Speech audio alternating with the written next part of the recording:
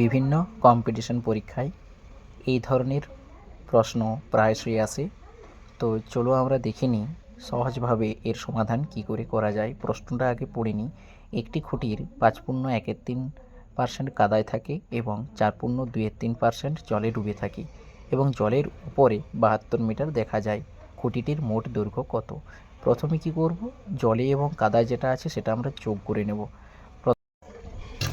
এখন কাদায় 5.1 3% সমান 16/3% এবং জলে 4.2 3% সমান পূর্ণ ভেঙে 14/3% আমরা লিখতে পারি।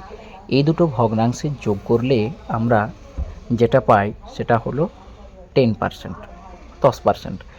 এখন বাকি থাকে 100% মাইনাস 10% সমান 90%।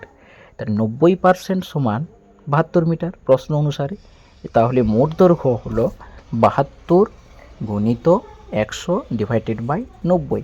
কাটাকুটি করলে আমাদের এখন যে উত্তরটা দাঁড়াবে সেটা হলো 80 মিটার।